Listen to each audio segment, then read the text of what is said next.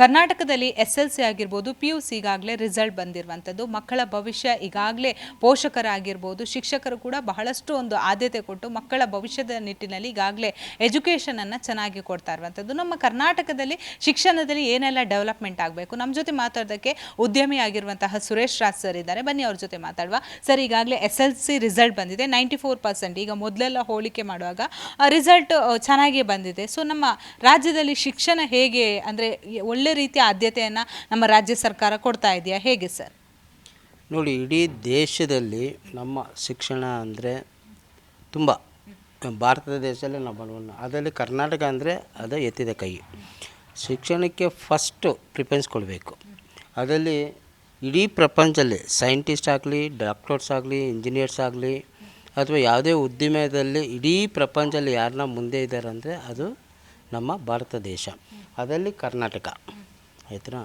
ಅದರಲ್ಲಿ ಫ್ರೀಯಾಗಿ ಏನು ಇವಾಗ ಪ್ರೈವೇಟು ಕಾಲೇಜಸ್ ಸ್ಕೂಲ್ಸ್ ಎಲ್ಲ ಇದು, ಅದೇ ರೀತಿಯೇ ಗೌರ್ಮೆಂಟ್ ಅವರು ಪ್ರತಿಯೊಂದು ಒಳ್ಳೆ ಫೆಸಿಲಿಟೀಸ್ ಕೊಟ್ಟರೆ ಇದು 94 ಇರೋದು 100 ಬರುತ್ತೆ, 100% ಬರುತ್ತೆ. ಇನ್ನು ಒಳ್ಳೆ ಒಂದು ಗುಣಮಟ್ಟ ಸಿಕ್ಕತ್ತೆ, ಮಕ್ಕಳಿಗೆ ಮುಂದಿನ ಪೀಳಿಗೆಗೆ ಒಳ್ಳೆ ಭವಿಷ್ಯ ಸಿಕ್ಕತ್ತೆ, ಭವಿಷ್ಯ ಇರುತ್ತೆ ಅಂತ ಹೇಳಲಿಕ್ಕೆ ಇಷ್ಟಪಡ್ತೀನಿ. ಸರ್, ಮೊದಲಿನ ಶಿಕ್ಷಣನೂ ಈಗಿನ ಶಿಕ್ಷಣ ಹೇಗಿದೆ, ಎತ್ತ ಸಾಗ್ತಾ ಇದೆ ನಮ್ಮ ಸಮಾಜ ನಿಮ್ಗೆ ಅನಿಸುತ್ತೆ? ಯಾಕಂದರೆ ಮೊದಲಿರುವಂತಹ ಶಿಕ್ಷಣ ಈಗ ಇದೆಯಾ? ಈಗಿನ ಲೈಫ್ ಸ್ಟೈಲಲ್ಲಿ ಚೇಂಜಸ್ ಆಗಿದೆ, ಏನು ಅನಿಸುತ್ತೆ?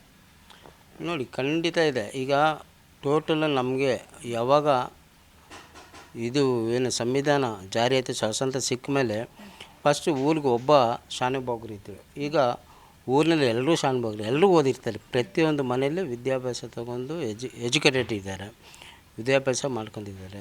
ಮುಂದಿಂದು ಒಂದು 100 ವರ್ಷ 70 ವರ್ಷ ಆವಾಗ ಇವಾಗ ನೀವು ನೋಡಿದರೆ ಈಗ ತುಂಬ ಚೆನ್ನಾಗಿದೆ, ಫಸ್ಟ್ ಕ್ಲಾಸ್ ಆಗಿದೆ. ಅದೇ ರೀತಿಯೇ ಬಂದ್ಬಿಟ್ಟು ಈಗ ಇಡೀ ಪ್ರಪಂಚದಲ್ಲಿ ನಾವು ಕಂಪೇರ್ ಮಾಡಿದರೆ ನಮ್ಮ ಭಾರತ ದೇಶ ಕರ್ನಾಟಕ ನಂಬರ್ 1ನಲ್ಲಿದೆ. ಓಕೆ ಸರ್, ಈಗಾಗಲೇ SLC ರಿಸಲ್ಟನ್ನು ತೆಗೆದುಕೊಳ್ಳೋದಾದರೆ ಎಲ್ಲೋ ಒಂದು ಕಡೆ ಕನ್ನಡದಲ್ಲಿ ಬಹಳಷ್ಟು ಮಕ್ಕಳು ಫೇಲ್ ಆಗಿರುವಂಥದ್ದು. ಈಗ ಹಿಂದಿ ಗ್ರೇಡಿಂಗ್ ವಿಚಾರ ಬಂತು, ಹಿಂದಿನ ತೆಗೆದಾಕಬೇಕು, ಅಂಕ ಕೊಡೋದು, ಆ ವಿಚಾರಗಳೆಲ್ಲ ಬಂತು. ಬಟ್ ಕನ್ನಡದಲ್ಲಿ ಬಹಳಷ್ಟು ವಿದ್ಯಾರ್ಥಿಗಳು ಫೇಲ್ ಆಗಿದ್ದಾರೆ. ಎಲ್ಲೋ ಒಂದು ಕಡೆ ಇಂಗ್ಲೀಷ್ನ ವ್ಯಾಮೋಹ ಇಲ್ಲಿ ನಡೀತಾ ಇದೆ ಅಂತ ನಿಮ್ಗೆ ಅನಿಸುತ್ತಾ? ಯಾಕಂದರೆ ಬಹಳಷ್ಟು ಜನ ಕನ್ನಡಿಗರಿದ್ದಾರೆ, ಕನ್ನಡದಲ್ಲೇ ಓದೋರಿದ್ದಾರೆ, ಹಳ್ಳಿಗಳಲ್ಲಿ ಕೂಡ ಕನ್ನಡ ಮೀಡಿಯಂ ಇರುವಂಥದ್ದು. ಆದರೆ ಸಿಟಿ ಲೈಫಲ್ಲಿ ಕನ್ನಡ ಅನ್ನೋದು ಎಲ್ಲೋ ಒಂದು ಕಡೆ ಕಡೆಗಣನೆ ಆಗ್ತಾ ಇದೆಯಾ, ಹೇಗೆ? ನೋಡಿ ಮೇಡಮ್, ಲ್ಯಾಂಗ್ವೇಜ್ ಬಂದ್ಬಿಟ್ಟು ಆ ಕಂಟ್ರಿಗೆ ಆ ಸ್ಟೇಟ್ಗೆ ಇದಾಗುತ್ತೆ. ಈಗ ನಮ್ಮಲ್ಲಿ ಬಂದ್ಬಿಟ್ಟು ಹಳ್ಳಿನಲ್ಲೂ ಬಂದ್ಬಿಟ್ಟು ಕನ್ನಡ ಓದ್ತಾರೆ, ಕನ್ನಡ ಮೀಡಿಯಮ್ ಇರುತ್ತೆ. ಈಗ ಮುಂದೆ ಹೋಗ್ತಾ ಹೋಗ್ತಾ ಹೋಗ್ತಾ 7th ಬರ್ತಾರೆ, ಇಂಗ್ಲೀಷ್ ಬರ್ತಾರೆ, SLCಗೆ ಬರ್ತಾರೆ, ಮತ್ತು ಡೆವಲಪ್ ಮಾಡ್ಕೊಳ್ತಾರೆ. ಯಾವಾಗ ಹೊರಗಡೆ ಹೋಗಬೇಕು, ಹೊರಗಡೆ ಕಂಟ್ರಿಗೆ ಹೋಗ್ಬೇಕು ಅನ್ನೋವಾಗ ಆವಾಗ ಚೇಂಜ್ ಮಾಡ್ಕೊಳ್ತಾರೆ, ಡೆವಲಪ್ ಮಾಡ್ಕೊಳ್ತಾರೆ.